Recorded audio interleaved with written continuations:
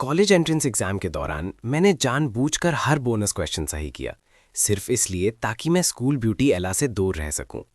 जब हम exam hall से बाहर निकले, एला के दोस्त हमेशा की तरह मेरा मजाक उड़ाने आ गए। जैक, एला कह रही है कि उसका पेपर आज अच्छा नहीं गया। बेहतर होगा तुम अपनी शीट खाली छोड़ दो, वरना उसके सामने गिड़गिड़ाने का मौका दोबारा नहीं मिलेगा।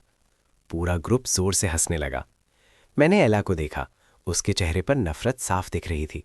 मैंने सर हिलाया और कहा, ठीक है। लेकिन अंदर ही अंदर मैंने सोचा, जिसको भी उसका पिछलग्गू बनना है बने, मेरा हो गया। मैं मुड़ा और तुरंत अपने फैमिली बटला को फ़ोन किया।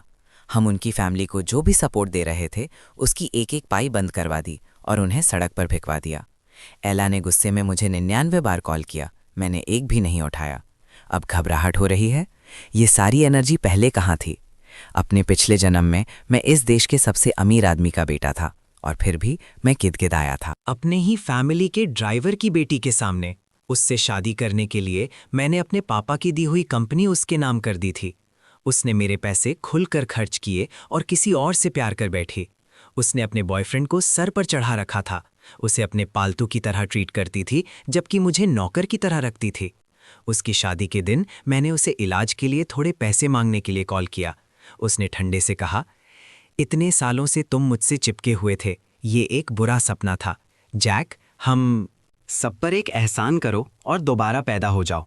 जब मैं मर रहा था तब मैंने उस औरत को देखा जिसने मुझे थाम रखा था और समझा कि जिस अमीर लड़की को मैंने ठुकराया था वो हमेशा से मेरा इंतज़ार कर रही थी। जब मैंने अपनी आंखें दोबारा खोली तो मैंने खुद को हाई स्कूल के सीनियर ईयर में पाया। उस साल मैं डेस्क पर सर रखकर सो रहा था, तभी एला ने मुझे हिलाकर जगाया। रायन का पेट खराब हो रहा है, जाओ उसके लिए एंटासिड्स ले आओ। फिर कैफेटेरिया से लंच ले आना, मीट ज़्यादा लेना, वो बहुत पतला है, उसे और खाने की ज़रूरत है। रायन अपनी डेस्क पर बैठा था। भीड़ उसके आसपास ऐसे जमा थी जैसे वो कोई राजा हो। सब उसके पेट दर्द की चिंता कर रहे थे और जाहिर है एला से ज़्यादा फिक्र किसी को नहीं थी। और मैं एला का बिना दिमाग वाला पिछलग्गू था। हर दिन क्लास में सोता रहता था, हर ब्रेक में उसके लिए खाना लाता, ड्रिंक्स खरीदता और उसके काम करता था। अब जब मुझे पता था कि मैं दोबारा पैदा हुआ हूँ, एला का चेहरा देखकर मुझे सिर्फ हंसी आ रही थी। वो खुद को समझती क्या थी जो मुझे ऐसे ट्रीट कर रही थी। मुझे बस खड़ा देखकर एला चिल्लाई, तुम क्या देख रहे हो? जाओ और जल्दी करो। वो रायन के पास गई और धीरे से उसकी पीठ थपथपाई। रायन ने मेरी तरफ देखा और एला से कहा, जैक को भेजना ठीक नहीं है, मैं खुद चला जाऊंगा। इसमें क्या बड़ी बात है, उसे ये सब करना पसंद है। अगर मैं उसे नहीं कहूंगी तो वो बुरा मान जाएगा, है ना जैक? उसने मेरी तरफ देखा। मैंने ज़बरदस्ती थोड़ा सा मुस्कुराया, कुछ नहीं कहा और कैफेटेरिया की तरफ चल पड़ा। इस बार मैंने लाइन में लगकर 2 लोगों का पूरा खाना लिया। पास में एक क्लासमेट ने मुझे देखा और धीरे से हंसा। फिर से अपनी रानी के लिए लंच ले जा रहे हो? वो रायन को पसंद करती है, जानते हो, कोई उसके लेवल का, तुम्हारे जैसा मामूली नहीं। मैंने सीधे पूछा, मामूली से तुम्हारा क्या मतलब है? उसने ताना मारा, तुम एक नौकर के बेटे हो, रोज उसके साथ स्कूल आते हो और सोचते हो कि तुम उससे शादी कर सकते हो। होश में आओ, तुम जैसा बेवकूफ़ और बेकार लड़का, तुम अपनी पूरी जिंदगी उसके घर के नौकर बनकर बिताओगे। उसके कपड़े धोना, फर्श साफ करना, उसके बच्चों के डायपर बदलना। मैं कड़वाहट से हंसा। एला ने तुम्हें बताया कि मैं एक नौकर का बेटा हूँ? मैं उसे पसंद करता था, सिर्फ इसीलिए मैंने उसे अपनी प्राइवेट कार में हर रोज स्कूल आने दिया था। लेकिन ना जाने कैसे सबकी नज़रों में एला एक मीरजादी बन गई थी और मैं नौकर का बेटा। मेरा ऐसा सवाल सुनकर उसने आंखें घुमाई। जो भी हो, उसका लंच ले जाओ इससे पहले कि ठंडा हो जाए। वो फिर से हंसा। मेरे आसपास के लोग भी हंसने लगे। उस पिछलग्गू पर हंस रहे थे, उस बेवकूफ़ पर हंस रहे थे जिसने सपने देखने की हिम्मत की। घंटी बजी। मैं कैफेटेरिया से बाहर निकला, लेकिन क्लास में वापस नहीं गया। मैं फूलों की क्यारी के पास बैठ गया और दोनों टाइम का खाना खुद ही खा लिया। मुझे याद भी नहीं कि मैंने आखिरी बार ठीक से खाना कब खाया था। बिना पैसों के अच्छा खाना तो सोचना भी बेकार था। हर बार मैं मार्केट के बंद होने का इंतजार करता और दूसरों की छोड़ी हुई सब्जियां उठा लेता था। मीट तो बस एक सपना था। दोनों प्लेट खाने के बाद भी मेरी भूख मुश्किल से शांत हुई। जब मैं क्लास में वापस आया तो पहली घंटी बज चुकी थी। एला ने ऊपर देखा और चिल्लाई, तुम अभी तक कहाँ थे? दवा कहाँ है? कैसी दवा? मैंने उसकी तरफ बेरुखी से देखा। जो अपनापन मैं उसके लिए दिखाता था, अब उसका नामो निशान नहीं था। एला मुझे देखती रह गई। रायन के लिए एंटासिड्स। मैंने तुम्हें बताया था कि उसका पेट दर्द कर रहा है। बहरे हो क्या? तुम एक छोटा सा काम भी नहीं कर सकते। मैंने रायन की तरफ देखा, जो सच में कमज़ोर लग रहा था। रायन मेरा लगता क्या है? मैं उसके लिए कुछ क्यों खरीदूं? रायन की फैमिली अमीर नहीं थी, लेकिन जब से वो और एला करीब आए थे, वो उस पर पूरा ध्यान दे रही थी। जब भी मेरे पापा मुझे कोई अच्छी चीज़ देते, एला सीधा रायन को देती। यहाँ तक कि जो घड़ी रायन ने अभी पहनी है, वो भी उन दोनों ने मेरे कार्ड से खरीदी थी, मेरे पैसे इस्तेमाल करके। मेरी हर चीज़ का मज़ा ले रहे थे और मुझे एक नौकर की तरह ट्रीट कर रहे थे। एला ने कहा, जैक, तुम तमाशा करना चाहते हो, ऐसे ही करते रहो और फिर मुझे ब्लेम मत करना कि मैं तुम्हें इग्नोर कर रही हूँ। जल्द ही तुम मेरी माफ़ी के लिए गिड़गिड़ाओगे। मैं उसे हैरानी से देखने लगा। मुझे तुम्हारी माफ़ी की क्या ज़रूरत है? मैंने गलत क्या किया? जब मैंने एला से बहस करने की हिम्मत की तो सब देखने लगे। इसकी हिम्मत कब से बढ़ गई? एला चौंक गई। वो मुझे घूरती रही, उन सभी पलों को याद करते हुए जब मैं उसके पास गिड़गिड़ाने आया था। उसने चेतावनी दी, ठीक है, तो आज दोपहर मेरे साथ घर मत आना। मैंने सर हिलाया। ठीक है, मैं अपनी सीट पर गया और बैठ गया, जैसे उसके शब्दों का मुझ पर कोई असर ही ना हुआ हो। बस एक आम आसान सी सहमति। ब्री, जो रायन के पास बैठी थी, तुरंत बीच में आई। एक्सक्यूज मी जैक, तुम्हारी प्रॉब्लम क्या है? तुम्हें सिर्फ कुछ दवा ही तो लानी थी, तुम वो भी नहीं कर सके? क्या तुम्हें दिख नहीं रहा रायन की तबीयत ठीक नहीं है? मैंने ठंडी नज़र से देखा। तो तुम जाकर ले आओ। ब्री गुस्से में बोली, ये तुम्हारा काम है। मैं क्यों जाऊं? मेरा रायन से कोई लेना देना नहीं है, तो ये मेरा काम क्यों है? ब्री ने मेरी तरफ इशारा किया। तुम एला के घर के नौकर हो, तुम्हारा यही काम है। इस बात ने मुझे गुस्सा दिला दिया। मैं एला की तरफ मुड़ा। क्या तुम सबको बताती फिरती हो कि मैं तुम्हारे घर का नौकर हूं? जब मेरी नज़र उस पर पड़ी तो एला थोड़ा हिचकिचाई। जाहिर है ये ऐसी चीज़ नहीं थी जो उसने सीधे सीधे कही हो। लोगों ने बस अंदाज़ा लगा लिया था। उसे हर रोज़ एक लग्जरी कार में आते देखकर उसने बस कभी उन्हें ठीक नहीं किया। वो कभी किसी को नहीं बताएगी कि उसका बाप सिर्फ एक ड्राइवर है, कि वो एक ड्राइवर की बेटी है। और अब ना जाने कैसे मैं ही तमाशा कर रहा था। एला पास आई। वो मेरे पास बैठ गई। ठीक है, दवा भूल जाओ, मैं खुद ले आऊंगी। उसे लगा कि ये बस जेलसी है। मेरा रायन के लिए कुछ भी करने से मना करना उसे पाने की कोशिश है। उसने मेरी तरफ देखा। तो खाना कहाँ है? दवा नहीं लाया चा, लेकिन तुमने लंच तो लिया है ना? किसी ने उसे पहले ही बता दिया था कि उन्होंने मुझे 2 ट्रेज लेते देखा है। मैंने शांति से कहा, मैंने खा लिया। क्या? तुमने दोनों खा लिए? वो ऐसे देखने लगी जैसे मैंने उसका अपमान किया हो। मैंने सर हिलाया। सामने बैठे बच्चे नफरत से मुड़कर देखने लगे। तुम जानवर हो क्या? तुमने 2 पूरी ट्रेस खा ली। उन्हें एला की चापलूसी करने और मुझे नीचा दिखाने की आदत थी, और पहले मैं उन्हें सहता था। वो एला के दोस्त थे और मैं उनसे अच्छे से रहना चाहता था, इस उम्मीद में कि वो मेरे बारे में अच्छा बोलेंगे। अब मुझे एहसास हुआ कि मैं बहुत शेमशील था। जब भी एला उन्हें कुछ खिलाती थी तो पैसे मेरे ही जाते थे। मैंने शांति से कहा, मैंने अपने पैसे खर्च किए, 2 ट्रेज या 20 ट्रेज, इससे किसी और को कोई मतलब नहीं होना चाहिए। सामने बैठे बच्चे चुप हो गए, उनके चेहरे उतर गए।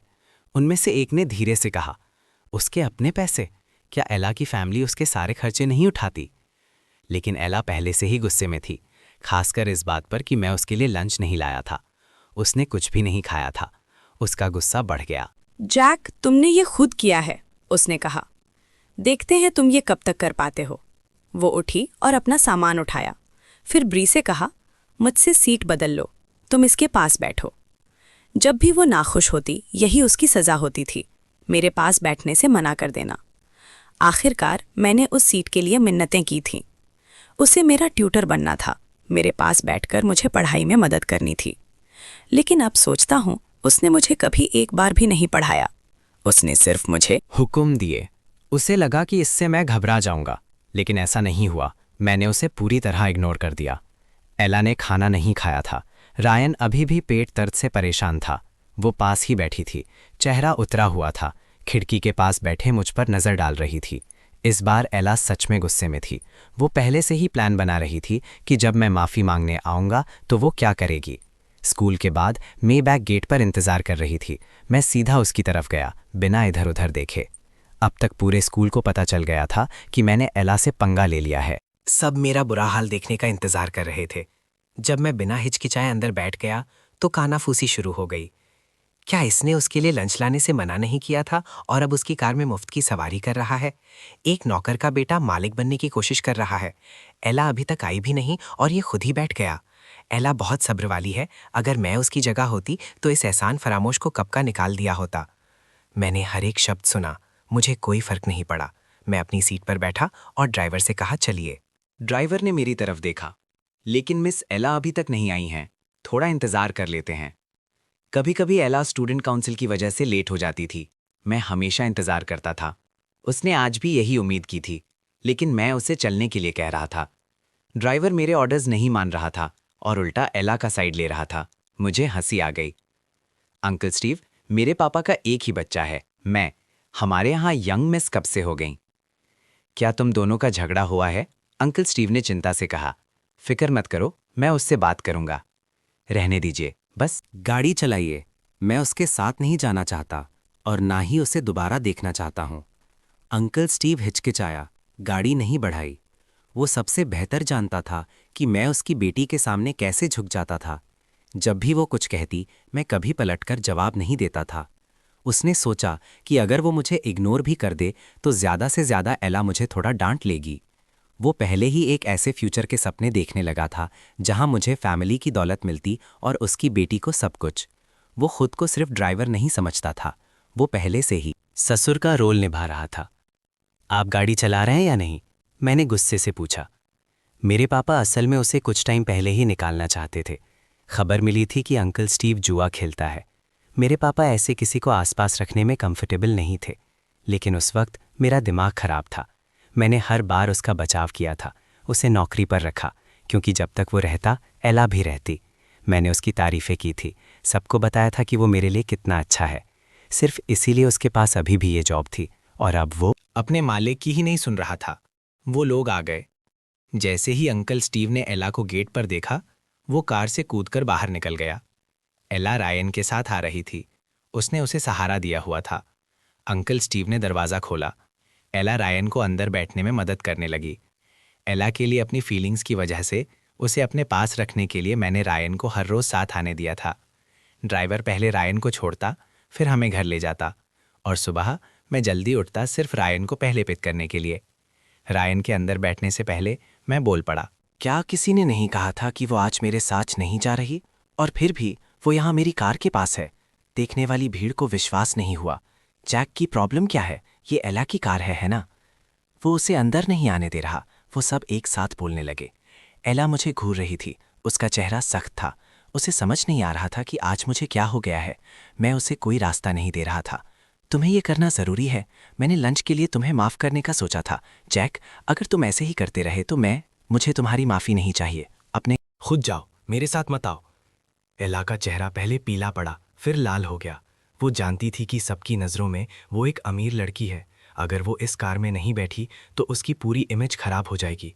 इसलिए उसने अंदर हाथ डाला और मुझे कार से बाहर खींच लिया। फिर रायन को अंदर बैठाया।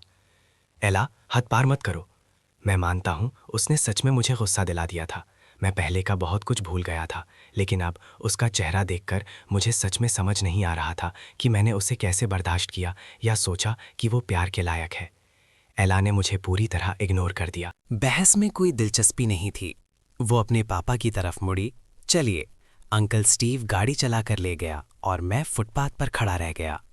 देखने वाली भीड़ अपनी हंसी नहीं रोक पाई। वो जोर से हंसने लगे। इसकी यही औकात है। इतना गलत बिहेव करने का यही अंजाम होता है। मैंने अपना फ़ोन निकाला। ये फ़ोन एला ने खुद खरीदा था। एक सस्ता नोकिया, ज़्यादा से ज़्यादा कुछ 100 का होगा। उसे इम्प्रेस करने के लिए मैंने उसे वो ब्रांड न्यू आईफोन दे दिया था जो मेरे पापा ने मुझे बर्थडे पर दिया था और बदले में ये कबाड़ ले लिया था। उस वक्त मुझे लगा था कि ये उसकी इज्जत बचाने का एक तरीका है। अब इस बेकार से फ़ोन को देखते हुए मुझे हंसी आ गई, लेकिन मैंने अपने पापा को कॉल किया। एक पल बाद मेबैक वापस घूमकर आई। वो गेट पर आकर रुकी। अंकल स्टीव अजीब सा चेहरा बनाकर बाहर निकले। छोटे मालिक, साफ था कि उन्हें अभी अभी डांट पड़ी है। उन्हें बाहर निकालो, मैं उनके साथ राइड शेयर नहीं करूंगा। अंकल स्टीव कार की तरफ मुड़े। एला पहले ही रायन को बाहर निकालने में मदद कर रही थी। दोनों ही चौंक गए थे। रायन घबराया हुआ लग रहा था।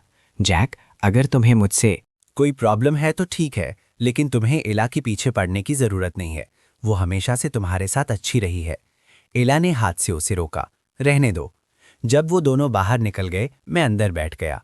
गाड़ी चलने से पहले मैंने खिड़की नीचे की, मुस्कुराया और एला को हाथ हिलाकर कहा, बाय।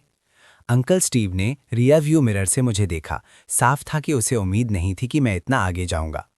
छोटे मालिक, उसने धीरे से शुरू किया, झगड़े होते रहते हैं, इतना दिल पर मत लो। मैं एला से आकर माफ़ी मंगवा लूंगा। वैसे गाड़ी के बिना उसे शायद बस लेनी पड़ेगी। पता नहीं वो किस टाइम घर पहुंचेगी। जब सब लोग बस ले सकते हैं तो वो क्यों नहीं?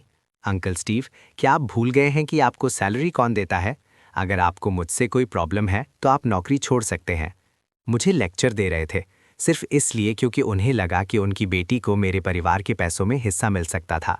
उन्होंने मुझे अपने मालिक की तरह ट्रीट करना बंद कर दिया था। अगर मैंने अपने पापा को कॉल नहीं किया होता तो वो मुझे वहाँ बिना सोचे समझे छोड़ जाते। अंकल स्टीव तुरंत चुप हो गए। घर पर आंटी चैन मुझे दरवाजे पर मिली। छोटे मालिक, आप अकेले वापस आ गए। मिस एला कहाँ है? इस घर में अब कोई मिस एला नहीं है, मैंने कहा। आंटी चैन ने आंखें झपकाईं। छोटे मालिक को आखिर अकल कब आई? मैंने एला को इतने लंबे समय तक इतना अच्छा ट्रीट किया था कि वो और उसके पापा दोनों अपनी औकात भूल चुके थे। आंटी चैन ने कई बार कुछ कहना चाहा था, लेकिन उनकी हिम्मत नहीं हुई, क्योंकि वो जानती थी कि इससे मुझे बुरा लगेगा। अब मुझसे ये सुनकर वो सच में भावुक हो गईं। उन्होंने मेरी तरफ देखा। वो हमेशा से घर के सारे स्टाफ में से मुझसे सबसे अच्छे से पेश आती थी, लेकिन पहले क्योंकि वो एला के आसपास चीज़ें मैनेज करती थी, मैं बेवजह उससे नफरत करता था। मेरे पिछले जन्म में जब एला ने घर संभाला तो आंटी चैन ही वो पहली इंसान थी जिसे उसने निकाला था। सब कुछ याद करके अब उसे देखते हुए मेरी आंखें भर आईं। मैं ऊपर जा रहा हूँ, मैंने उनसे कहा। ज़रूर। ओ, मिस सोफिया आई हैं, क्या मैं उन्हें भेज दूँ? सोफिया अक्सर घर आती थीं, लेकिन क्योंकि मेरे पापा ने उसे मेरे लिए चुना था और मैं एला के पीछे पागल था, मुझे सोफिया के होने से ही नफरत थी। जब भी वो आती, मैं उससे मिलने से मना कर देता।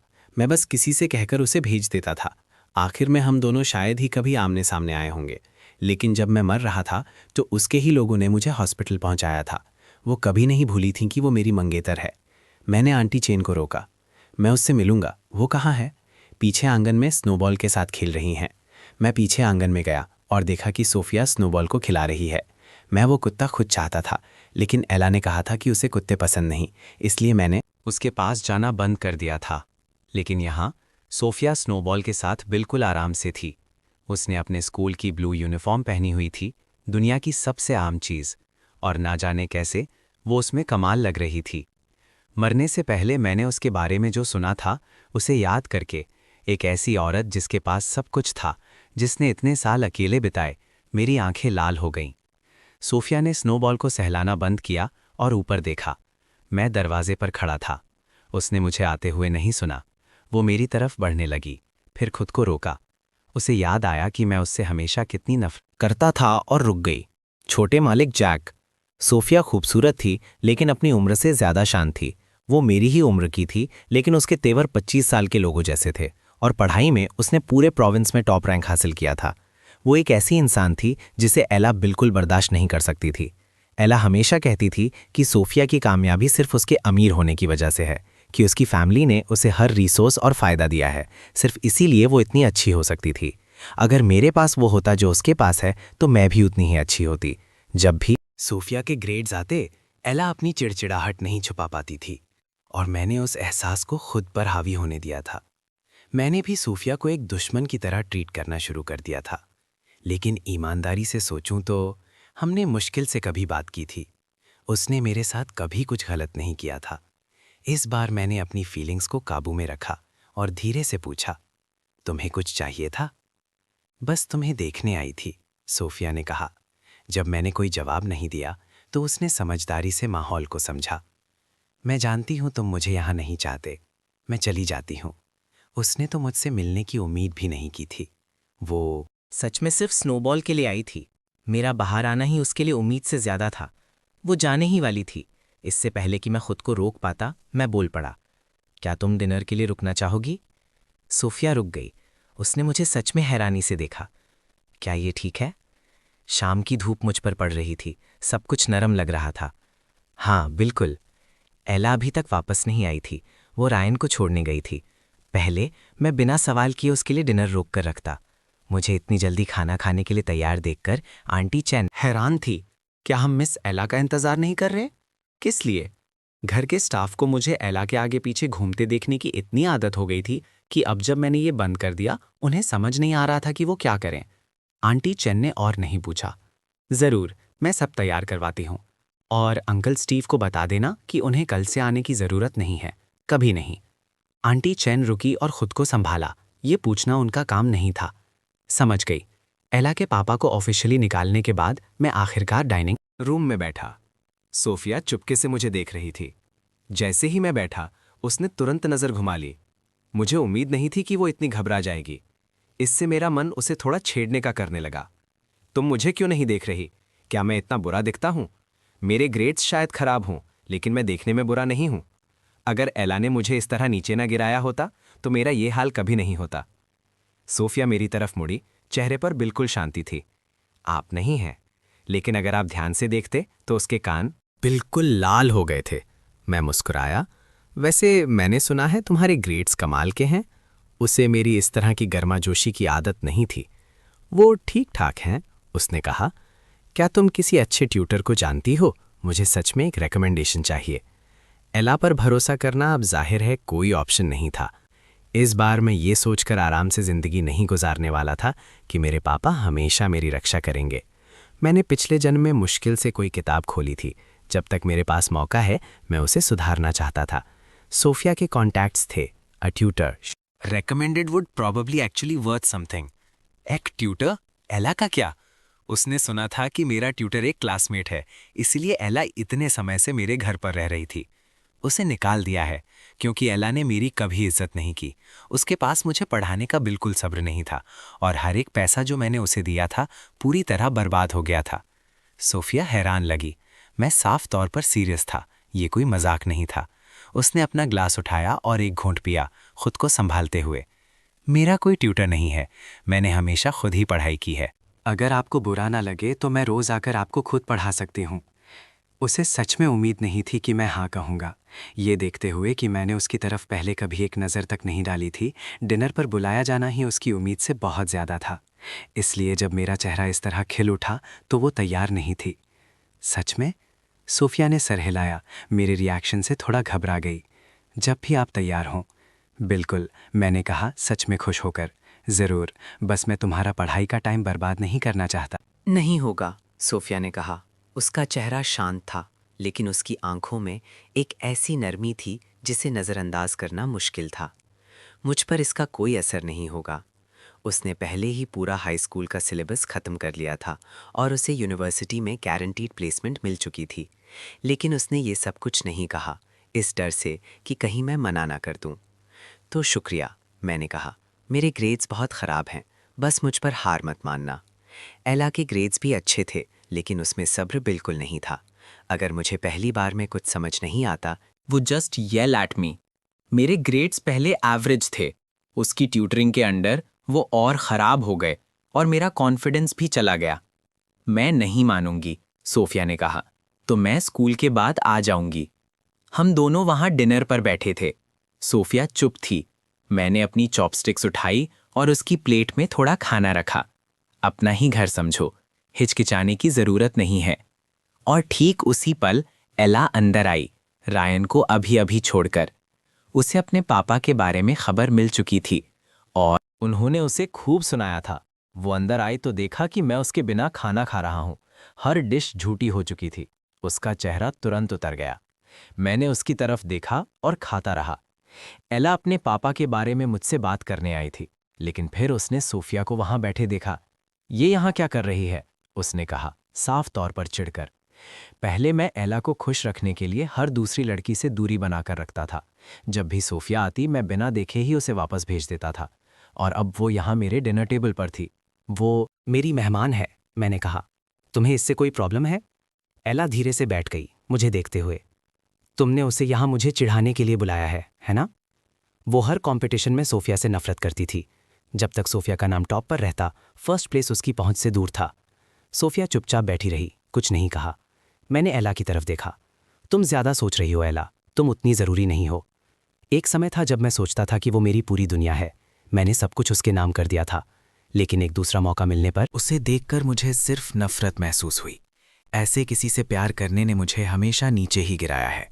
अगर तुम्हें लगता है कि मुझे किसी और लड़की के साथ देखकर तुम परेशान हो जाओगी, तो तुम्हें बिल्कुल गलत अंदाजा है कि हम कहाँ खड़े हैं।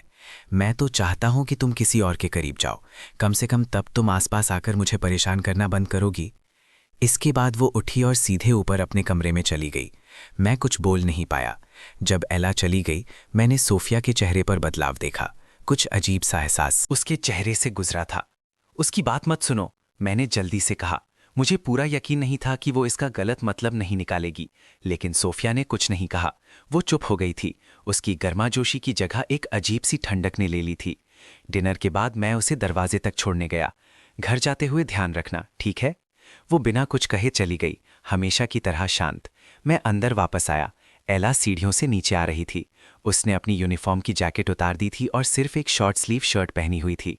उसने जितनी भी बुरी चीजें की थीं, वो साख मेरी खूबसूरत थी, नरम दिखने वाली, लगभग भूली। ठीक इसी तरह उसने मुझे पहले बेवकूफ बनाया था। अब एला मेरी तरफ मुड़ी और कहा, तुमने मेरे पापा को क्यों निकाला? उसने सोफिया के सामने ये बात नहीं उठाई थी। वो ये बर्दाश्त नहीं कर सकती थी कि किसी को पता चले कि वो सिर्फ ड्राइवर की बेटी है।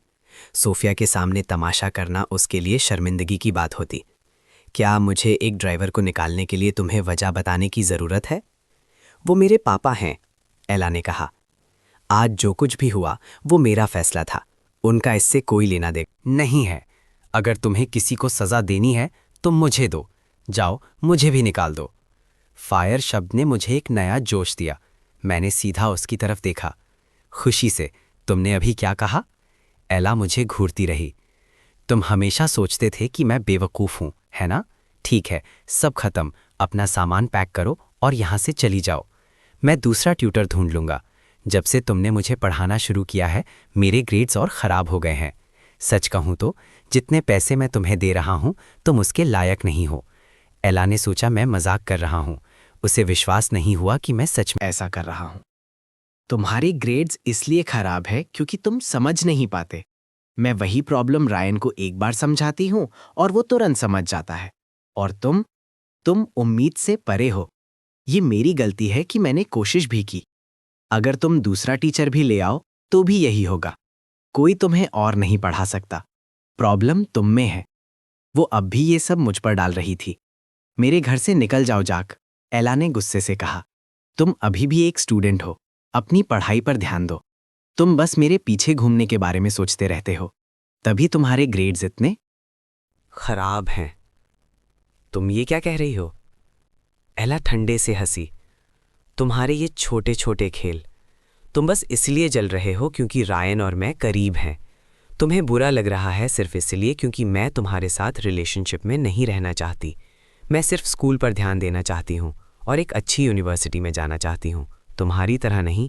अगर तुम अपनी ज़िंदगी में एक दिन भी नहीं पढ़ोगे तो भी तुम्हारे परिवार के पैसे सब कुछ संभाल लेंगे। इसलिए मुझसे कोई उम्मीद मत रखना। मैंने उसे एक पल के लिए घूरा। मैं सच में हैरान था।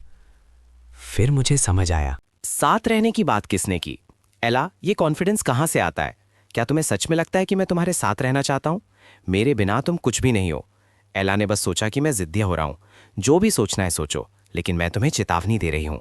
अगर तुमने सोफिया को दोबारा डिनर पर बुलाया तो मुझसे बात करने की उम्मीद मत रखना। वो मुड़ी और सीधे अपने कमरे में चली गई, दरवाज़ा जोर से बंद करते हुए। काफ़ी गुस्सा है, जैसे कि ये उसका घर हो। मैं अपने कमरे में गया और आंटी चैन को फ़ोन किया। कल एला का सामान उसके कमरे से बाहर निकाल देना। इस घर में किसी ऐसे के लिए कोई जगह नहीं है जो मेरे सर पर चढ़ना चाहता है। मैंने आंटी चैन से सोफिया का नंबर लिया और सेव कर लिया। फिर मैंने उसे एक मैसेज भेजा, तुम ठीक से घर पहुंच गई? कोई जवाब नहीं आया। अगली सुबह मैं अपने टाइम से उठा।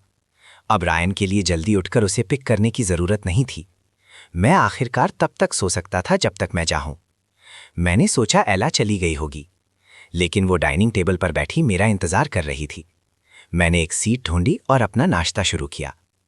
हर रोज रायन लेने के लिए जल्दी में मैंने महीनों से घर पर ठीक से नाश्ता नहीं किया था। अब मैंने ऊपर देखा तो एला वहां इंतजार कर रही थी। उसके चेहरे पर वही जिद्दी सा भाव था। अभी भी वो सोचती थी कि वो मुझे अपने इशारों पर नचा सकती है। मैंने नाश्ता खत्म किया और बाहर निकल गया। एला ठीक मेरे पीछे आई। नया ड्राइवर पहले से ही वहां था और उसने मेरे लिए दरवाज़ा खोला। मैं अंदर बैठ गया। एला मेरे बाद अंदर बैठी। मैंने उसकी तरफ देखा। एला, क्या तुमने ही नहीं कहा था कि तुम मेरे साथ नहीं जाओगी? मुझे कल का हर एक शब्द याद है। एला ने अपने होंठ बंद कर लिए और कुछ नहीं कहा। अगर उसके पापा ने उस पर मामला शांत करने का दबाव ना डाला होता तो वो कभी नहीं आती। थोड़े पैसे क्या आ गए, लोगों पर हुक्म चलाने लगा है, समझता क्या है खुद को। लेकिन उसके पापा को अभी भी नौकरी की ज़रूरत थी। मैंने उस पर और टाइम बर्बाद नहीं किया, बस ड्राइवर को स्कूल ले जाने के लिए कहा। मैं बाहर निकला, एला पीछे आई। हम हमेशा रायन के साथ आते थे। आज उसने बस ली थी। एला को देखकर वो दौड़ कर आया। उसकी नज़र मुझ पर पड़ी। कल के दृश्य ने उसे उलझा दिया था। एक नौकर का बेटा एला के साथ ऐसा बर्ताव कर रहा था। हमें साथ आते देखकर उसने पूछा, तुम दोनों का सुलह हो गया? मैंने उन दोनों पर ध्यान नहीं दिया। मैं सीधा अंदर चला गया। एला मुझे जाते हुए देखती रही, गुस्से में, क्योंकि मैं उसके लिए रुका तक नहीं। उसके साथ बहस करने जैसा कुछ नहीं है, उसने रायन से कहा। रायन ने सर हिलाया। जो भी हो, एक नौकर के बेटे को अपने साथ ऐसा बर्ताव करने देना, तुम बहुत सब्र वाली हो। लोग बातें कर रहे हैं एला। वो कह रहे हैं कि जैक ही असली छोटे मालिक हैं। उन्हें इग्नोर करो। मैंने कहा, मेरे पापा और जैक का रिश्ता अच्छा है। उन्होंने मुझसे जैक का ध्यान रखने के लिए कहा है। मैं उसे ऐसे ही नहीं छोड़ सकती। ये बात समझ में आई। अगर ये उसके पापा के लिए था तो रायन थोड़ा शांत हुआ। मैं क्लास में पहुंचा। ब्री पहले से ही वहां मेरी सीट रोके खड़ी थी। हटो, मैंने कहा। ब्री ने मेरी तरफ देखा। तुम्हारी हिम्मत तो देखो, कल तुमने एला और रायन को गेट पर अकेला छोड़ दिया और ड्राइवर को लेकर चले गए। मैंने उसकी तरफ देखा और धीरे से हंसा। मेरी कार, मेरी मर्जी, तुम हो कौन? मेरे कॉन्फिडेंस ने सबको चौंका दिया। क्या तुम कह रही हो कि वो मेबैक तुम्हारी है? और क्या होगी, मैंने सीधे कहा। ब्री थोड़ा सा हंसी। प्लीज, हम सब जानते हैं कि तुम कौन हो जैक। तुम्हें लगता है कि तुम यहाँ छोटे मालिक बन सकते हो? सच में? खबर है कि वो ड्राइवर तुम्हारे पापा है। तुम्हारा पूरा परिवार जंग्स के लिए काम करता है। एला बस इतनी दयालु है कि वो तमाशा नहीं करती, वरना उसने तुम्हें कब का निकाल दिया होता। अपनी किस्मत पर ज्यादा इतराओ मत। ब्री रायन के करीब थी, जो हमेशा एला के आसपास रहता था। जब उसने इस तरह कहा तो लोगों ने उस पर विश्वास कर लिया। एला और रायन क्लासरूम के दरवाजे पर दिखे। एला का चेहरा उतरा हुआ था, क्योंकि ब्री ने जो अभी कहा था वो असल में मुझ पर हमला नहीं था, वो उस पर हमला था। वो ब्री के पास गई। अपनी सीट पर वापस जाओ। ब्री ने एला को झिझकते हुए देखा। साफ था कि उसे उसकी नाराजगी महसूस हो रही थी और अपना सामान हटा लिया। एला फिर से मेरे पास बैठ गई। मैंने कोई रिएक्शन नहीं दिया। उसके आने जाने से मुझे अब कोई फर्क नहीं पड़ता था। वो टीचर की फेवरेट थी और सब उसे पसंद करते थे।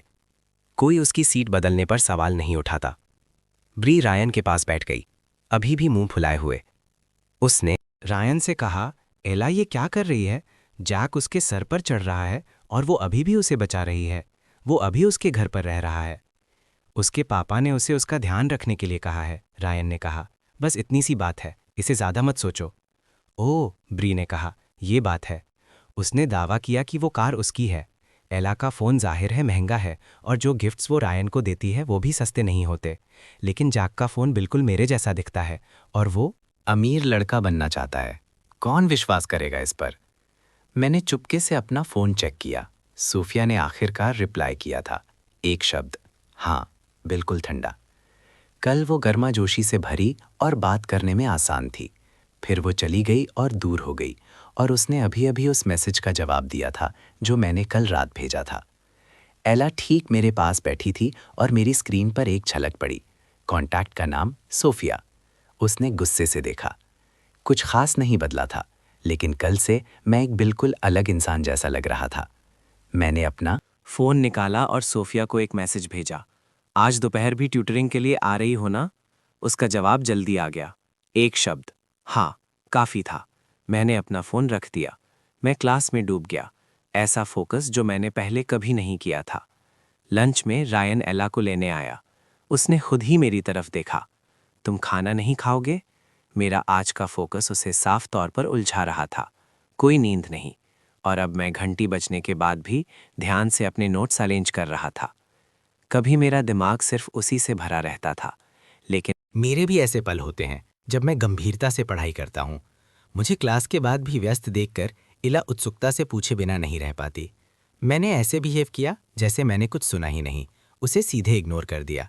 रायन ने इला की तरफ देखा। अगर वो नहीं जा रहा तो चलो हम चलते हैं, हम उसके लिए कुछ ले आएंगे। रहने दो, मैंने कहा। रायन एक अच्छा इंसान था, कम से कम सभी उसे ऐसा ही देखते थे।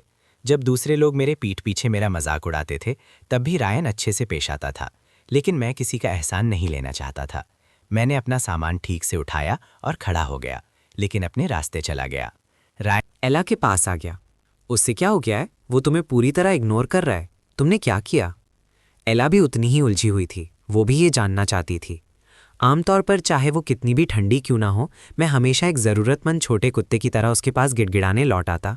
लेकिन कल से उसने कुछ अलग नहीं किया था, और फिर भी मैं यहाँ था। वो समझ नहीं पा रही थी। रायन ने कहा, वैसे क्या तुम उसे इस हफ्ते के आखिर में अपनी बर्थडे पार्टी में बुला रही हो? इस हफ्ते के आखिर में एला का बर्थडे था। पिछले साल उसने इंपीरियल व्यू होटल में सेलिब्रेट किया था। मैंने सब कुछ बुक किया था, हर डिटेल ऑर्गेनाइज की थी, और उसे स्कूल से जिसे भी बुलाना था बुलाने दिया था। एक रात में लाखों खर्च हुए थे। हर क्लासमेट जो आया था उसने उसकी तारीफ की थी। एला की बर्थडे पार्टी में बुलाया जाना एक सम्मान माना जाता था। इस साल भी कुछ अलग नहीं था। मैंने कुछ दिन पहले ही सब कुछ संभाल लिया था।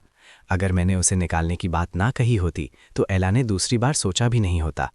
लेकिन कल के बाद, आज की इस ठंडक के बाद वो चिंता किए बिना नहीं रह पाई।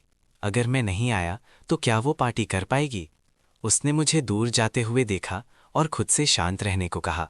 ज्यादा मत सोचो, वो आ जाएगा। वो हमेशा आता है। वो मेरा बर्थडे कभी नहीं छोड़ेगा। शायद ये पूरा ठंडा बर्ताव उसका एक सरप्राइज देने का तरीका है। वो थोड़ा रिलैक्स हुई। वो आएगा, उसने रायन से कहा। हाँ, रायन ने सहमति जताई। उसने कभी मिस नहीं किया। उस दोपहर एला और रायन एक स्कूल इवेंट के लिए रिहर्सल्स कर रहे थे। मैंने इंतज़ार नहीं किया। मैं सीधा घर चला गया।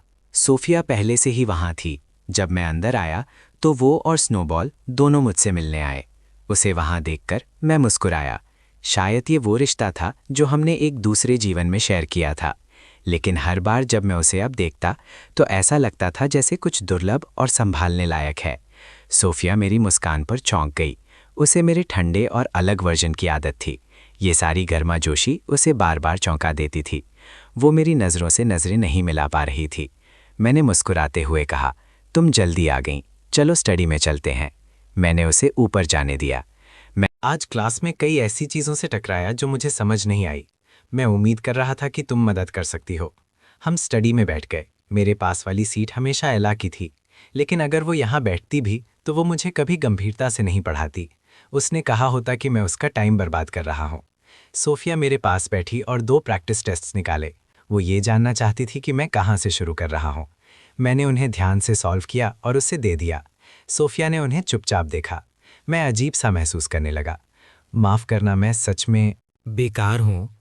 ये तुम्हारी गलती नहीं है सोफिया, बस तुम्हारे पढ़ने के तरीके में सुधार की ज़रूरत है। मैं बेसिक से शुरू करती हूँ, ठीक है? मैंने सर गिलाया। जब सोफिया पढ़ाती है तो वो पूरा समय नीचे देखती रहती है, कभी मेरी तरफ नहीं देखती और बहुत गंभीरता से लेक्चर देती है। लेकिन उसके एक्सप्लेनेशंस इतने साफ थे जो मैंने पहले कभी नहीं सुने थे। जो चीज़ें मुझे महीनों से उलझा रही थी, जैसे ही उसने समझाई, अचानक से समझ में आ गई।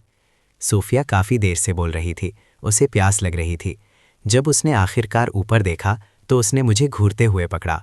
उसने थोड़ा सा घबराकर नीचे पेपर की तरफ देखा। कुछ गलत है? तुम्हारा कोई सवाल है?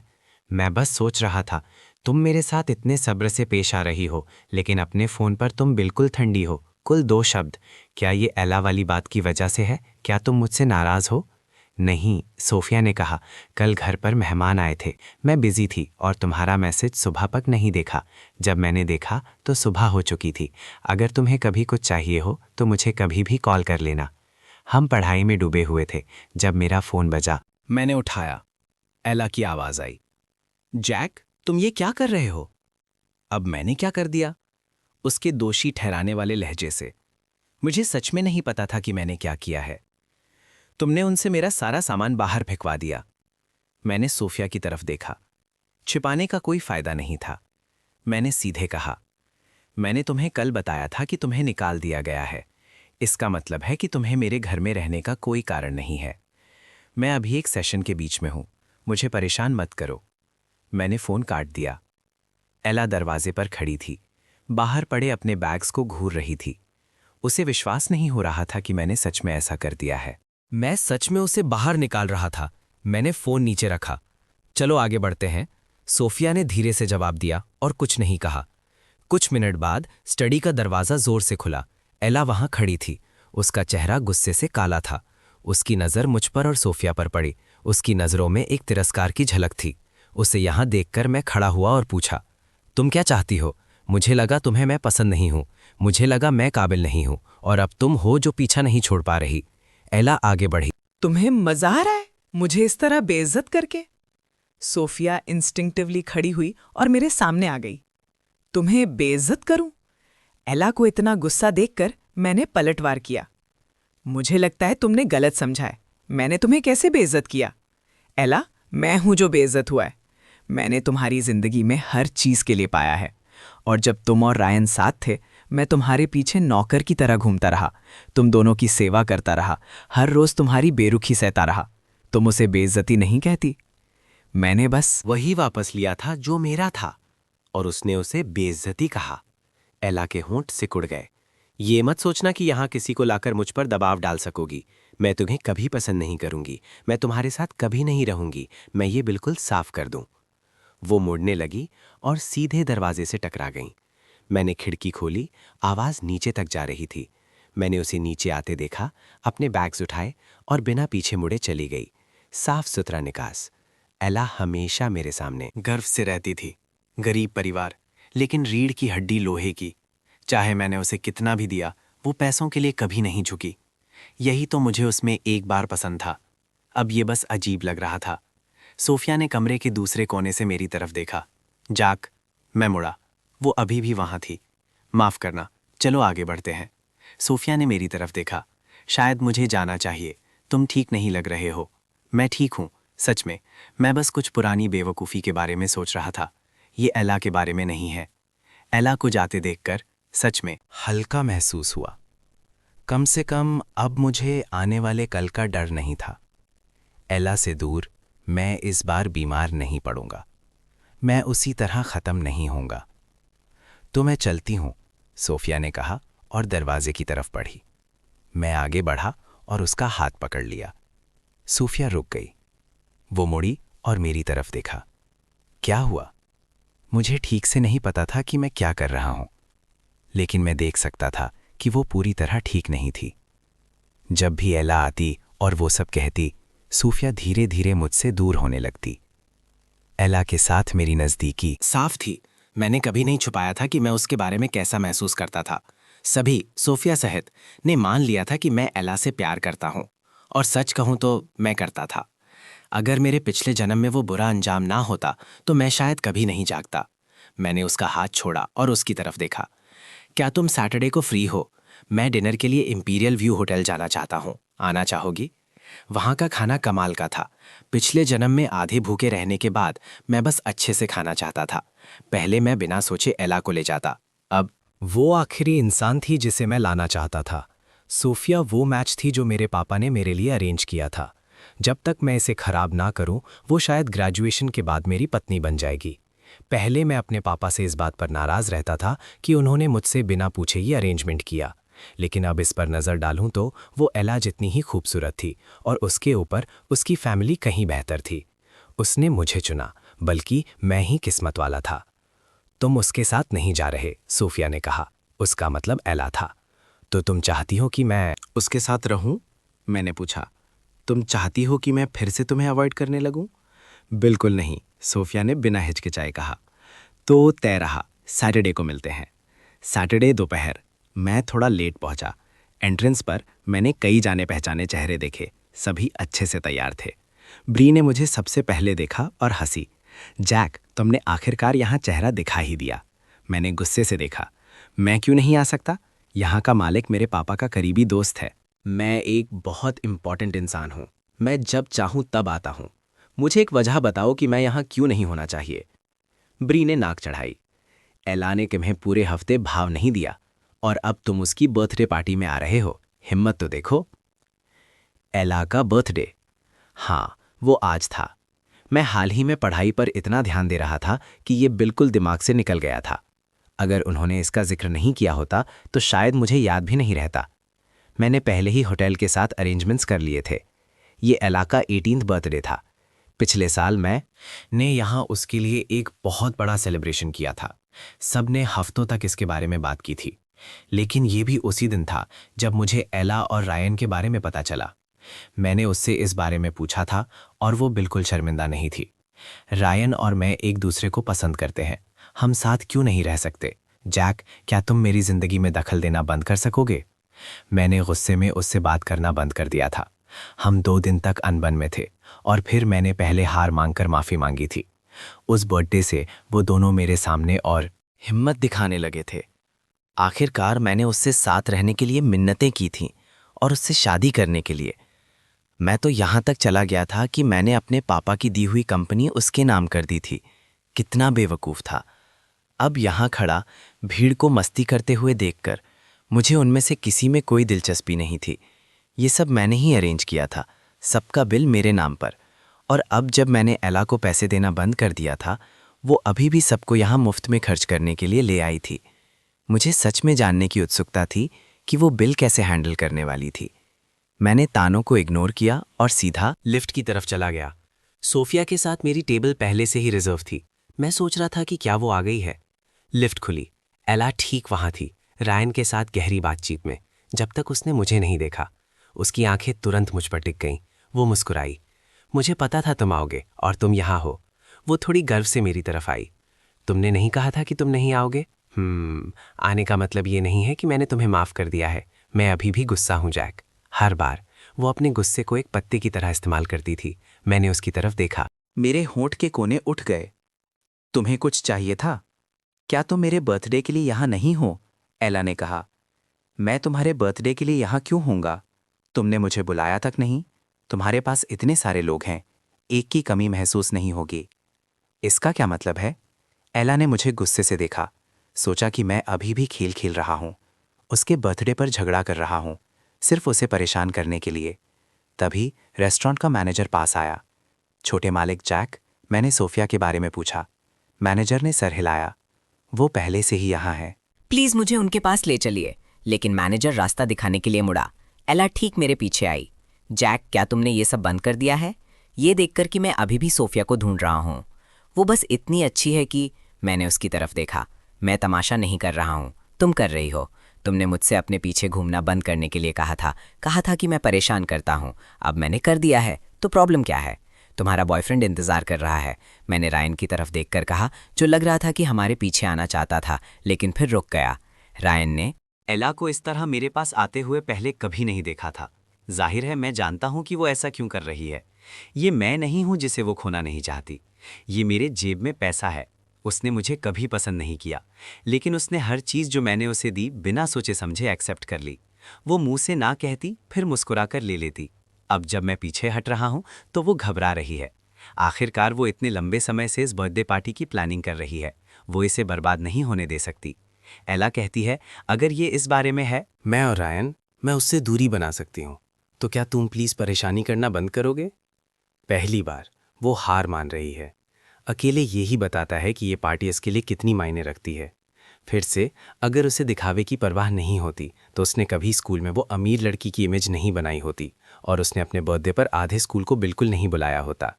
पता चला कि वो आखिरकार बुरा दिखने से डरती है। मैंने एला को ठंडी अनछुई रानी का रोल निभाते देखा है। उसे एक बर्थडे पार्टी के लिए झुकते देखना बिल्कुल अलग बात है। मुझे ये काफ़ी मनोरंजक लगा। मैं धीरे से सर हिलाता हूँ। ठीक है, ये तुम्हारा बर्थडे है, हम सबका मज़ा ख़राब नहीं करना चाहेंगे, है ना? मैं मैनेजर की तरफ मुड़ता हूँ। मैंने यहाँ एक रिजर्वेशन किया है, जेड हॉल, एला के नाम से। मैनेजर अपने रिकॉर्ड्स चेक करती है। हाँ, ये सही है छोटे मालिक जैक। आज उसका बर्थडे है तो उसे हॉल इस्तेमाल करने दो। मैं एला की तरफ देखता हूँ। तुम्हारे लिए ठीक है? एला राहत की सांस लेती है जब वो देखती है कि मैंने अपना रुख नरम कर लिया है। वो मुझे देखती है और कहती है, तो ये सब बस मुझे और रायन को अलग करने के लिए था। तुम हमें साथ नहीं देख सकते। तुम ज्यादा सोच रही हो। मुझे कोई फर्क नहीं पड़ता कि तुम किसके साथ हो। एला, वक्त दो, तुम समझ जाओगी। मेरे बिना तुम कुछ भी नहीं हो। मैनेजर चुपचाप पास खड़ी है। मेरे शब्दों ने एला की सारी इज्जत उतार दी। मेरा तुमसे हो गया, वो चिल्लाती है और बिना पीछे मुड़े चली जाती है। मैनेजर मेरी तरफ देखती है। मैं अभी जेड हॉल तैयार करवाती हूँ। मैं सर हिलाता हूँ। एक बात, कोई भी तब तक नहीं जाएगा जब तक वो खुद बिल नहीं चुका देती। एक भी इंसान नहीं। समझ गया छोटे मालिक जैक? जब सब कुछ ठीक हो जाता है, मैं सोफिया को ढूंढने जाता हूँ। एला रायन के पास वापस जाती है। रायन उसका उतरा हुआ चेहरा देखता है। कैसा रहा? तुम दोनों ने क्या बात की? कुछ खास नहीं, एला कहती है। वो रायन की तरफ देखती है, स्थिर, नरम, हमेशा की तरह ध्यान से, जैसे वो जैक के लिए रायन से कभी ब्रेकअप करेगी। सपने देखो, जब ये पार्टी खत्म हो जाएगी, वो जैक से पूरी तरह रिश्ता तोड़ लेगी। एक हल्की सी मुस्कान भी नहीं। सोफिया आज स्कूल यूनिफॉर्म में नहीं है। उसने एक ड्रेस पहनी है। स्टाइल आसान है, लेकिन उस पर ये एक आसानी से आने वाली शान लेकर आ रहा है। जब मैं अंदर आता हूँ, वो मेन्यू में खोई हुई है। वो मुझे सुनती है और ऊपर देखती है। हमारी आंखें मिलती हैं। मैं मुस्कुराता हूँ। बहुत देर से इंतज़ार कर रही हो? नहीं, मैं भी अभी आई हूँ। सोफिया मुझे एक पल के लिए देखती है। मैं आज एक आसान सी टी शर्ट में हूँ, खुश और आरामदेह लग रहा हूँ। हालांकि मैं थोड़ा पतला हूँ। मैं स्वाभाविक रूप से उसके पास वाली सीट पर बैठ जाता हूँ। सोफिया ने उम्मीद नहीं की थी कि मैं इतना पास बैठूंगा। वो थोड़ा सख्त हो जाती है। और भी कई सीटें हैं। मैं उसकी परेशानी पर ध्यान नहीं देता। तुमने ऑर्डर दे दिया? अभी नहीं, अभी देख रही हूँ। मुझे देखने दो। मैं उसके पास झुकता हूँ, मेन्यू पढ़ते हुए। सोफिया अब मेन्यू पर ध्यान नहीं दे पा रही है। उसका ध्यान बार बार मुझ पर जा रहा है। मैं जो भी शैम्पू इस्तेमाल करता हूँ, उसकी महक अच्छी है, साफ और ताज़ी, बिल्कुल भी तेज़ नहीं। मैं कुछ तेज़ और भारी चीज़ों के मूड में हूँ। ये ऐसी चीज़ है जो आपको जिंदा महसूस कराती है। बीमारी के वो दिन, कभी पर्याप्त खाना नहीं, कभी पर्याप्त गर्मी नहीं, कभी सो नहीं पाता। वो दिन शुद्ध यातना थे। अभी भी दोबारा पैदा होने के बाद मैं कभी कभी सपने देखता हूँ कि मैं उस जीवन में वापस आ गया हूँ। खाना तेज है। मैं अपने हाथ से अपने मुंह पर हवा करता हूँ। मैं वाटरमेलन जूस के लिए हाथ बढ़ाता हूँ और एक घूंट लेता हूँ। सोफिया पूछती है, क्या आपको तीखा खाना पसंद है? ठीक है, मैं उसकी तरफ देखता हूँ। तुम? मुझे भी, वो साथ देते हुए कहती है। वो अपनी चॉपस्टिक्स उठाती है और खुद ले लेती है। हम एक प्राइवेट रूम में हैं। एक सर्वर चुपचाप पास खड़ा है। थोड़ी देर बाद इंपीरियल व्यू होटल का मालिक अंदर आता है। उसका नाम माइल्स है। मैं उससे नर्मदा से ग्रीट करता हूँ। Uncle miles. माइल्स मुझे मुस्कुराकर देखता है। जैक, तुम भी यहाँ हो? उसके कहने के तरीके से मुझे पता चलता है कि वो मेरे लिए नहीं आया है। ज़रूर, वो सीधा सोफिया के पास जाता है। मिस सोफिया, वो सम्मान से कहता है, हमारे होटल में आपका स्वागत है। अगर कुछ भी कमी हो तो मुझे बताने में संकोच न करें। वो सोफिया को इसलिए जानता है क्योंकि उसके मेरे पापा के साथ गहरे रिश्ते हैं। ज़्यादातर लोगों को कोई अंदाज़ा नहीं है कि वो असली में कौन है। कोई नहीं जानता कि राजधानी से सोफिया परिवार की सबसे छोटी बेटी इस शहर में चुपचाप रह रही है। सोफिया एक छोटा सा इशारा करती है और वापस खाने लगती है। वो बहुत ठंडी है। मैं हमेशा सोचता था कि वो गर्माजोशी से भरी है। उसे अब देखकर मुझे एहसास होता है कि सोफिया को लोगों से बात करना ही पसंद नहीं है। माइल्स वहाँ एक पल के लिए खड़ा रहता है, खुद उसके लिए पानी डालता है। वो कुछ नहीं कहती। पूरे कमरे में एक दूरी बनाने वाली एनर्जी भर जाती है। आखिरकार माइल्स माहौल को समझता है और कहता है, मैं आपको अपना खाना एंजॉय करने देता हूँ। आराम से खाओ। अंकल माइल्स, रुक जाओ। मैंने उसे इस आवाज़ की आवाज़ पर रोका। वो चलना बंद कर देता है। फिर वो वापस मुड़ता है। छोटे मालिक जैक, क्या आपको कुछ चाहिए? उसकी मुस्कान गर्माजोशी भरी और असली है। ऐसा इंसान जिसे आप पसंद किए बिना नहीं रह सकते। इसीलिए मेरा उसके बारे में हमेशा अच्छा इंप्रेशन रहा है। लेकिन अगर मेरी यादाश्त सही है तो मेरे पिछले जीवन में इंपीरियल व्यू होटल में एला की बर्थडे पार्टी के ठीक 3 दिन बाद आग लग गई थी। किचन फायर सप्रेशन सिस्टम अपर्याप्त था और जब आग लगी तो एक्सटिंग्विशर्स बिल्कुल बेकार थे। आग ने जान भी ले ली। इंपीरियल व्यू शहर का सबसे अच्छा होटल हुआ करता था। उसके बाद वो कभी ठीक नहीं हुआ। सुनने में आया था कि माइल्स इस झटके से गंभीर रूप से बीमार हो गए थे। मैं उन्हें देखता हूं और पूछता हूं, क्या आपके होटल का फायर सेफ्टी सिस्टम ठीक है? माइल्स मुझे चौंक कर देखते हैं। ये एक अनपेक्षित सवाल है छोटे मालिक जैक। बस एक एहसास, शायद किसी से ठीक से चेक करवाना बेहतर होगा, खास। निश्चिंत रहें, माइल्स कहते हैं, हमारी फायर सेफ्टी टॉप नॉच है। हम अपने मेहमानों की पूरी जिम्मेदारी लेते हैं। मैं उनकी नज़रों में देखता हूं। अंकल माइल्स, आप खुद क्यों नहीं चेक कर लेते? मेरी जिद उनके चेहरे पर एक नाखुशी की झलक लाती है। वो मुझे घूरते हैं। आप कहना क्या चाहते हैं छोटे मालिक जैक? आपको मेरी बात पर विश्वास नहीं है? आपके पापा और मैं पुराने दोस्त हैं। वो जानते हैं कि मैं कैसा आदमी हूं। मैं ईमानदारी से बिजनेस चलाता हूं। ये एक पर्सनल अपमान लग रहा है। मैं उसके बेटे की उम्र का हूं। उसकी नज़रों में मैं बस एक बच्चा हूं जो कुछ नहीं जानता। सोफिया बोलती है, अगर वो कह रहे हैं तो एक बार देखने में कोई हर्ज नहीं है। जब से माइल्स अंदर आए हैं उसने उनसे एक भी शब्द नहीं कहा है। वो उनके बोलने पर छोटा सा जवाब देती है और फिर भी अभी भी उन चंद शब्दों में वजन है। माइल्स उसका इतना सम्मान करते हैं कि वो मान जाते हैं। ठीक है, मैं अभी जाता हूँ। सोफिया बिल्कुल शांत है और उसकी बैकग्राउंड खुद ही सब कुछ कहती है। वो मेरी उम्र के करीब है, फिर भी न जाने कैसे उसके शब्दों में एक वज़न है जो मेरे में बिल्कुल नहीं है। माइल्स के जाने के बाद मैं हैरानी से सोफिया को देखता हूँ। तुमने मेरी मदद क्यों की? मैं पूछता हूँ, क्योंकि मैं जानता हूँ कि क्या होने वाला है। लेकिन सोफिया के नज़रिए से उसे इस पर विश्वास करने का कोई कारण नहीं होना चाहिए। सोफिया मुझे देखती है। आपने बोला, ज़रूर मैं आपका साथ दूंगी। अगर मैं बस झूठ बोल रहा होता तो क्या? सोफिया कहती है, अगर कुछ नहीं भी हुआ तो उनका सिर्फ किचन तक चलने का खर्चा है। वो ये सब इतनी शांति से कहती है, लेकिन उसे देखते हुए मुझे अपने अंदर कुछ गर्माजोशी महसूस होती है, जैसे कोई सच में आप पर विश्वास कर रहा हूं। मुझे अपने डायग्नोसिस के दिन याद आते हैं। कोई नहीं मानना चाहता था कि मैं एक शिकार हूं। उन सब ने कहा कि ये मेरी अपनी लापरवाही थी। अगर मैं लापरवाह होता तो मैं इसे स्वीकार कर लेता। सबने उंगलियां उठाईं, सबने मुझे नफरत से देखा। वक्त के साथ मैं खुद से भी नफरत करने लगा था। लेकिन एला ने ये सब अरेंज किया था। किसी ने जानबूझकर मेरे ऊपर उसके कहने पर एक गंदी सुई का इस्तेमाल किया था, सिर्फ इसीलिए ताकि उसे शादी से इनकार करने का बहाना मिल सके। सिर्फ वही जो जाल बिछाता है जानता है कि तुम कितने मासूम हो। सोफिया और मैं आराम से खाना खाते हैं। जब हो जाता है तो हम जाते नहीं हैं, हम डिज़र्ट ऑर्डर करते हैं। मैं अपना होमवर्क भी साथ लाया था और टेबल पर उसे सॉल्व करता हूँ। सोफिया मुझे प्रॉब्लम सॉल्व करने में मदद करती है।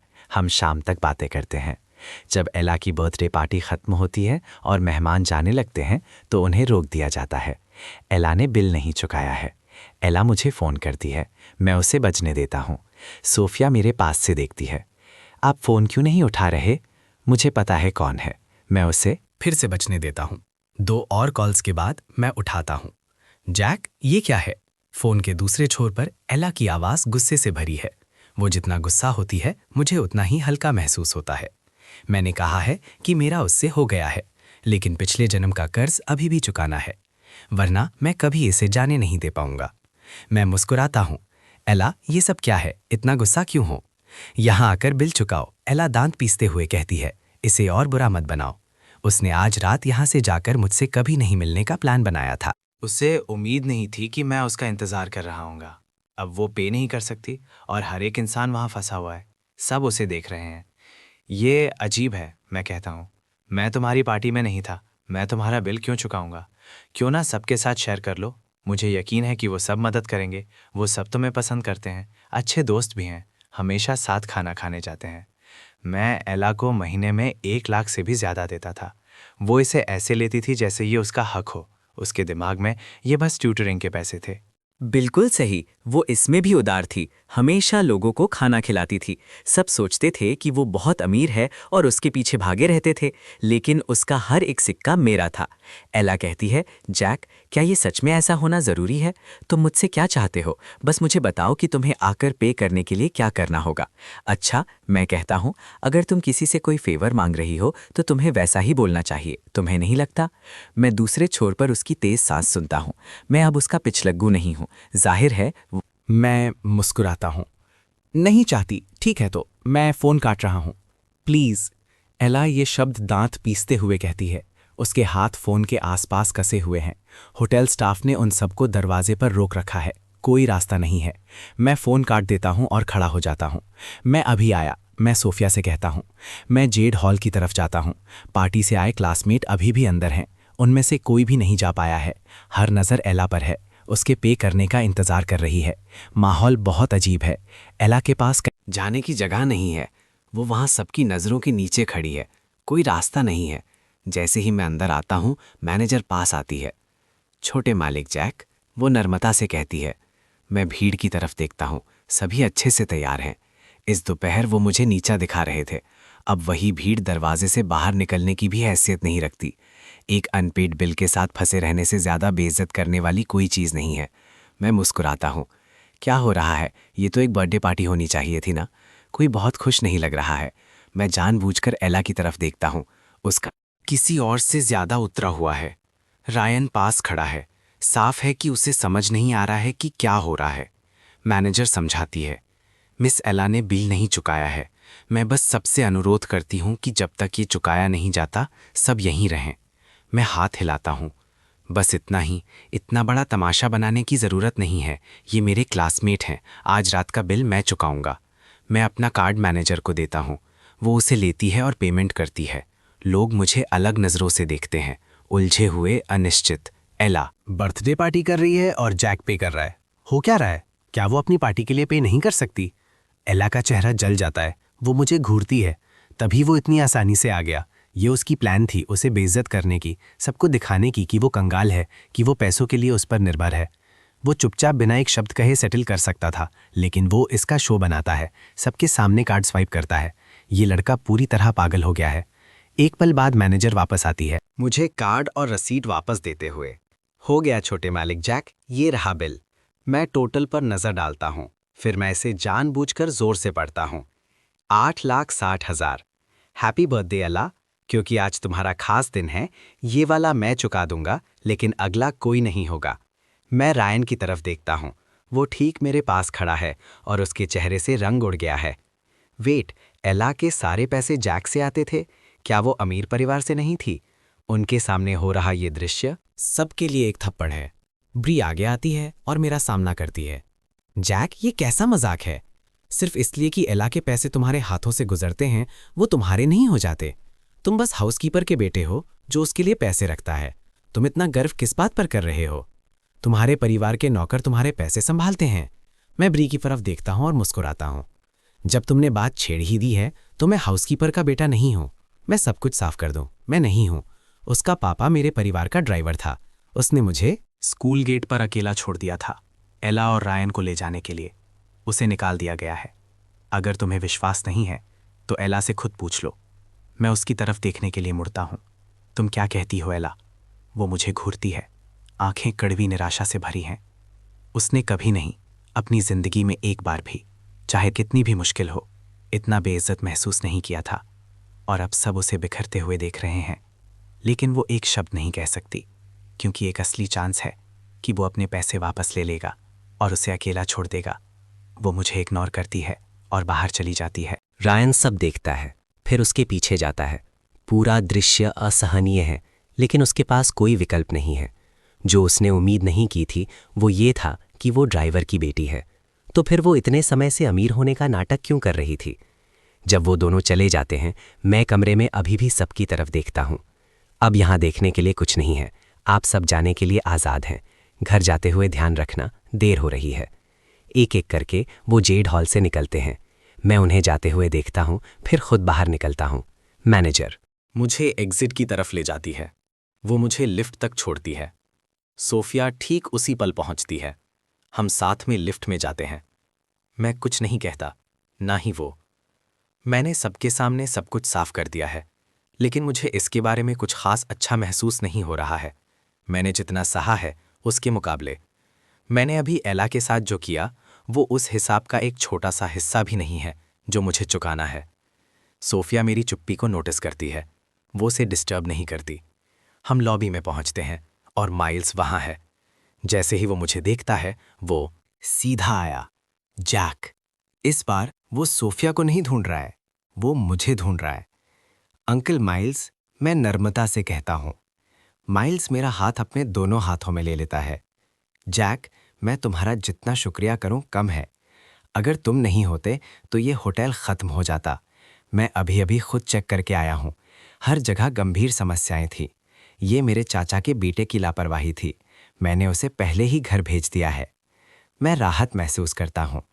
ये कुछ भी नहीं था। माइल्स मुझे उत्सुकता से देखता है। तुम्हें कैसे पता चला कि कोई समस्या है? ये सवाल मुझे चौंका देता है। मैं एक बहाना ढूंढने लगता हूँ। मैंने कल रात इसके बारे में सपना देखा था। माइल्स जोर से हंसने लगता है। ठीक है, मैं और नहीं पूछूंगा। ओह, मैंने तुम दोनों के लिए कुछ गिफ्ट्स तैयार करवाए हैं। वो एक सहायक को इशारा करता है जो उन्हें ले आता है 2 छोटे गिफ्ट बैग्स। शुक्रिया, अगर कभी कुछ चाहिए हो तो बस कह देना। वो इसका हर एक शब्द मायने रखता है। माइल्स हमें दरवाजे तक छोड़ता है। सोफिया की कार पहले से ही इंतजार कर रही है। मैं सीट पर बैठता हूँ और खिड़की से बाहर देखता हूँ। इस वक्त सड़कें शांत हैं, हालांकि काफ़ी गाड़ियाँ अभी भी सड़क पर हैं। हल्का ट्रैफिक है। मुझे याद है कि हम आमतौर पर कितनी बातें करते हैं, लेकिन आज रात हम दोनों में से किसी ने एक शब्द नहीं कहा। सोफिया मुझे मजबूर नहीं करती, लेकिन वो सोच रही है। इस बारे में सोच रही है कि मुझे कैसे पता चला कि इंपीरियल व्यू में आग का खतरा है। किसी भी तर्क से मुझे उसके होटल के बारे में उससे ज़्यादा नहीं पता होना चाहिए। उसने ये भी सुना है कि जेड हॉल में क्या हुआ था। आज एला का बर्थडे है और जैक ने इसे उसके साथ नहीं, एला के साथ बिताया। अकेले यही कुछ है, लेकिन फिर उसने जानबूझकर एला को सबके सामने बेइज्जत किया। वो सच में उससे हो गया है, तो फिर वो अभी इतना खोखला क्यों लग रहा है? सच तो ये है, उदासी सिर्फ एक पल के लिए रहती है। मैं जानता हूं कि मुझे एक दूसरा मौका मिला है। सब कुछ अभी भी बदला जा सकता है। जब तक मैं वही गलतियां नहीं दोहराता, अभी भी वक्त है। हाल ही में हर रोज़ मेहनत से पढ़ना ये सच में थका देने वाला है। मुझे लगता है कि मैं हमेशा के लिए सो सकता हूँ। अभी मैं मुश्किल से अपनी आंखें खुली रख पा रहा हूँ। बहुत जल्द मैं एक तरफ लुढ़क जाता हूँ और सोफिया के कंधे पर सो जाता हूँ। तो गाइज, नेक्स्ट पार्ट के लिए वीडियो को लाइक करें और चैनल को सब्सक्राइब। आप लोग से मेरी रिक्वेस्ट है कि हम लोग जल्द 1K सब्सक्राइबर्स का टारगेट अचीव कर लें। Thank you, see you soon.